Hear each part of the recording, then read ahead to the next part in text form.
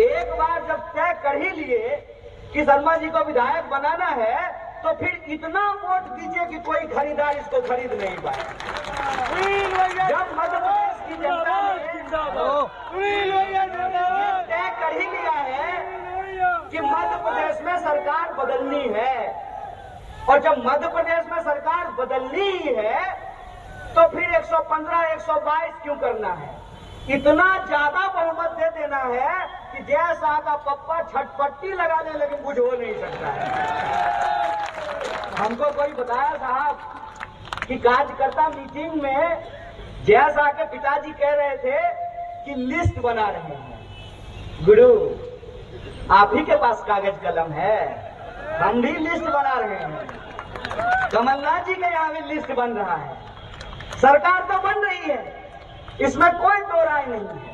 और इसका मैं कारण आपको बता देता हूं कि जो चैनल हमारे विरोधी हैं, अब कौन कौन चैनल हमारा विरोधी है आप जानते हैं, वो भी जो है ना शर्माते शर्माते घबराते घबराते कम से कम 111 से 122 सीट तो दे ही रहे हैं। तो जब वो 115 से 122 दे रहे हैं, इसका मतलब है 150 से 160 सीट तो हर हाल में आने वाली है। और जब मध्य प्रदेश में सरकार बदल रही है तो ग्वालियर 15 की जनता के ऊपर, उनके कंधों के ऊपर दोहरी जिम्मेवारी है। एक 2018 में जो आप कुछ रात बेईमानी किया, जिस पे भरोसा करके भारतीय राष्ट्रीय कांग्रेस पे भरोसा करके पंजे पे बटन दबा करके आपने जिसको एमएलए बनाया, वो रोकड़ा लेकर के आपसे धोखा करके भाग गया। और काम करने का छोड़ दीजिए, कोरोना हुआ बीच में, कितना ऑक्सीजन सिलेंडर लेकर के नेता आपके घर पे आए। कोरोना हुआ, कितना आपके सुख दुख में खड़ा रहे। कोई ऐसा व्यक्ति नहीं यहाँ बैठा हुआ है जिन्होंने अपने प्रियजनों को कोरोना में नहीं खोया है। तो कितने नेताओं ने आपको मदद की है, इस बात का आपको पहचान करना है। आप सब भी जूझ रहे हैं, हम सब भी जूझ रहे हैं। तो हम आपके बीच सबसे पहले ये बताने के लिए नहीं आए हैं कि आपको क्या करना चाहते हैं।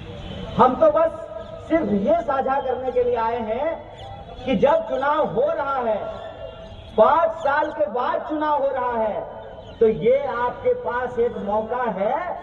जैसे एक मौका होता है ना, दिवाली आने वाली है तो लोग घर में पेंटिंग करा रहे हैं, साफ सफाई करा रहे हैं, कचरा बाहर कर रहे हैं, कूड़े को निकाल रहे हैं, झाड़ रहे हैं। ये साफ सफाई हर 5 साल में होना चाहिए। और मध्य प्रदेश की जनता ने 2018 में ये साफ सफाई कर दी थी, कचरा बाहर निकाल दिया था।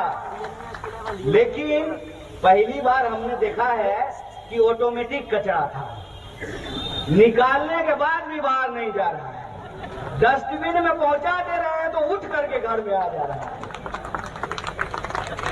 इस बात को मैं इस रूप से कहना चाहता हूं कि 2018 में मध्य प्रदेश की जनता ने सरकार बदल दिया था। बीजेपी को अभी चुनाव के वक्त होश आया है कि मुख्यमंत्री बदल देना चाहिए, लेकिन मध्य प्रदेश की जनता को 5 साल पहले यह बात समझ में आ गया था कि यह घोड़ा नहीं चलने वाला, यह सिक्का खोटा है, इसको बदलो। लेकिन देखिए कैसी मजबूरी है और कैसा जो है धन बल का खेल है, यह बात हमको समझना पड़ेगा। कोई भी व्यक्ति ग्वालियर 15 की जनता को कैसे दोष दे सकता है? ग्वालियर 15 की जनता ने तो 2018 में ही बीजेपी को हरा दिया, लेकिन जनता से वादा करके, ईमान का कसम खा करके कोई बेईमान हो जाए तो जनता क्या करे, ये सबसे बड़ा प्रश्न है। अगर मध्य प्रदेश की जनता को 2018 में सरकार नहीं बदलनी होती तो बहुमत बीजेपी को आती। बीजेपी को बहुमत आई थी क्या? बीजेपी को बहुमत नहीं आई थी ना। तो मध्य प्रदेश की जनता सरकार बदलना 2018 से ही चाह रही है, लेकिन पैसे के दम पर कुछ बेईमान लोग अपने ईमान को बेच करके उस हारी हुई सरकार को खरीद करके बिकी हुई सरकार के रूप में स्थापित कर दिया। ऐसे में ग्वालियर 15 की जनता को ये सोचना पड़ेगा कि हम इसका प्रबंध कैसा करें, कचरा का इंतजाम ऐसा करें कि एक बार इसको डस्टबिन में पहुंचा दे तो ऑटोमेटिक ये वापस हमारे घर में लौट करके ना आए। ये तमाम लोगों से यही कहना चाहता हूं कि उनकी कोशिश ये रहेगी कि इसमें जाति और धर्म का एंट्री करा दिया जाए। आपकी कोशिश ये रहनी चाहिए कि इसमें रोजी रोटी का सवाल सबसे प्रमुखता से रहेगा और इस बात का सवाल का जवाब उनसे पूछा जाना चाहिए। आए हैं विधायक जी, मुझे तो लगता है कई बार उनको संकट भी हो जाता होगा, लेकिन बता रहे थे लोग कि यहाँ के स्थानीय विधायक जो हैं बड़े जबरदस्त एक्टर हैं। नहीं, यही संकट का विषय है, पता है आपको, क्योंकि वो जिस पार्टी में गए हैं ना, वहाँ एक से एक एक्टर है। कहीं वो इतना बढ़िया जो नौटंकी करते हैं और जो प्रधानमंत्री देख लिए तो प्रधानमंत्री हीन भावना के शिकार हो जाएंगे, कहेंगे इसको बाहर करो, हमसे बड़ा नौटंकी बात है। आप समझ रहे हैं? ये सब जो ड्रामेबाजी बन गई है पॉलिटिक्स, उसमें हम आम जनता को सिंपल सवाल रखना है और ये हमसे भी आप पूछ सकते हैं। अगर हम ये वादा कर रहे हैं कि मध्य प्रदेश में ओल्ड पेंशन स्कीम लागू होगा, अगर हम ये नहीं कर पाए, अगर मध्य प्रदेश में ओल्ड पेंशन स्कीम नहीं लागू किया जा सके, तो अगली बार जब शर्मा जी वोट देने के लिए आए ना, इनको कहेगा आइए आइए, खोज रहे थे आपको, बैठिए। 5 साल में चुनाव इसीलिए होता है कि आपका रिपोर्ट कार्ड जनता के हाथ में होता है। आप जो वादा किए हैं वो वादा आप पूरा किए हैं कि नहीं किए हैं, इसका हिसाब किताब किया जा सकता है। अगर हम ये कह करके वोट मांग रहे हैं कि 500 रुपए में गैस सिलेंडर मुहैया कराएंगे, तो अगर हम मुहैया कराएंगे तो आप हमारा लाइसेंस रिन्यूअल कर दीजिएगा, आप हमारे रिपोर्ट कार्ड को ओके कर दीजिएगा, और अगर हम नहीं कर पाए तो आप हमारे रिपोर्ट कार्ड पे हमको फेल कर दीजिएगा। भाजपा को यह पता है कि वो जो वादा किए थे वो वादा वो पूरा नहीं कर पाए, उनका रिपोर्ट कार्ड फेल हो गया है। तो जानते हैं वो क्या कर रहे हैं? इंटरव्यू है बेटा का, पप्पा का मार्कशीट लेकर के आ रहे हैं, बात ही नहीं कर रहे हैं कि मध्य प्रदेश की सरकार ने 18 साल में मध्य प्रदेश के लोगों के लिए क्या किया है।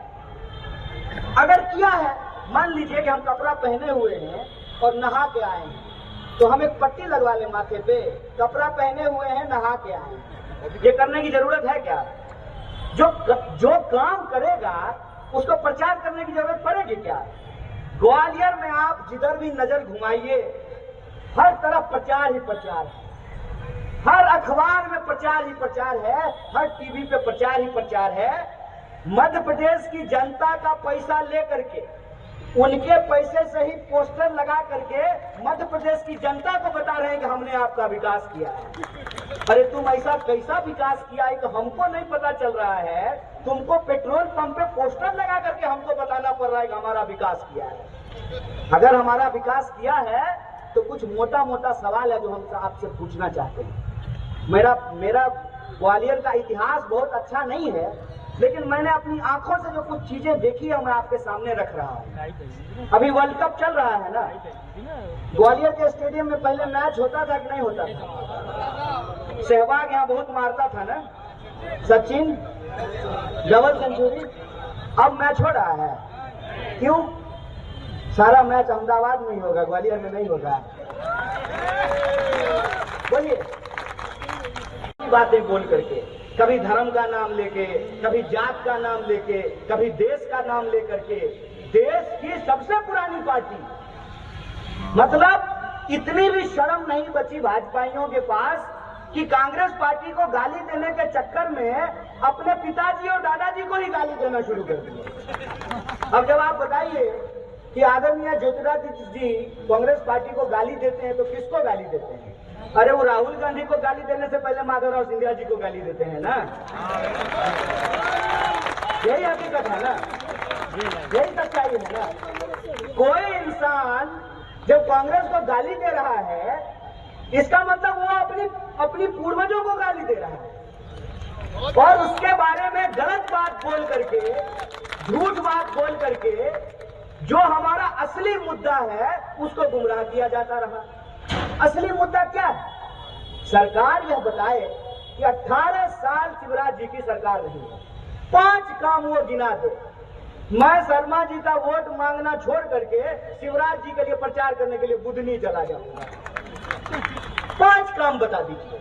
क्या महंगाई कम हो गई? क्या बेकारी कम हो गई? क्या भ्रष्टाचार रुक गया? क्या सरकारी विभागों के बैकलॉग भर दिए गए? क्या विकास की गंगा बह रही है?